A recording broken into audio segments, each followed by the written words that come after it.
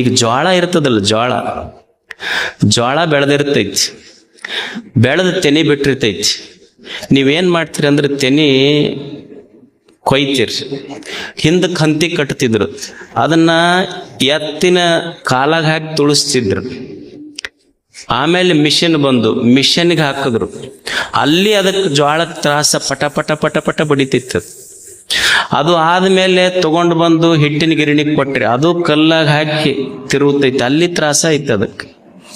ಆಮೇಲೆ ಅದನ್ನ ತಗೊಂಡ್ಬಂದು ರೊಟ್ಟಿ ಮಾಡ್ಕೊಳಕ್ ತಾಯಿ ಹಿಟ್ಟು ಹಾಕೊಂಡ್ಲು, ಹಂಗ ಬಡದ್ಲ, ಸುಡ ಸುಡ ಸುಡ ನೀರು ತಂದು ಮಾರಿ ಮೇಲೆ ಹಾಕದ್ಲ.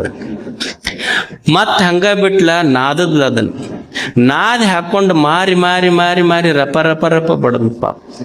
ಅವಾಗನು ತ್ರಾಸ ಐತಿ. ಅಷ್ಟಕ್ಕ ಬಿಟ್ರ ಸುಡ ಸುಡ ಸುಡ ಹಂಚಿನ ಮೇಲೆ ಒಯ್ದು ಹಾಕಿದ್ಲ. ಅದು ಇಷ್ಟು ತ್ರಾಸ ಪಟ್ಟತದ ಜ್ವಾಳದ ಕಾಳು. ಕೊನೆಗೆ ತಾಯಿ ಒಂದು ತಣ್ಣೀರಾಗ ಒಂದಿಷ್ಟು ಅರ್ಬಿ ಎದ್ದಿ ಪ್ರೀತಿಯಿಂದ ಒಂದಿಷ್ಟು ಮಾರಿ ಮ್ಯಾಲ ಇಷ್ಟು ಕೈ ಆಡಿಸಿದ ಬುರ ಬುರ ಬರ ಉಬ್ಬಿಡ್ತೈತೆ ರೊಟ್ಟಿ.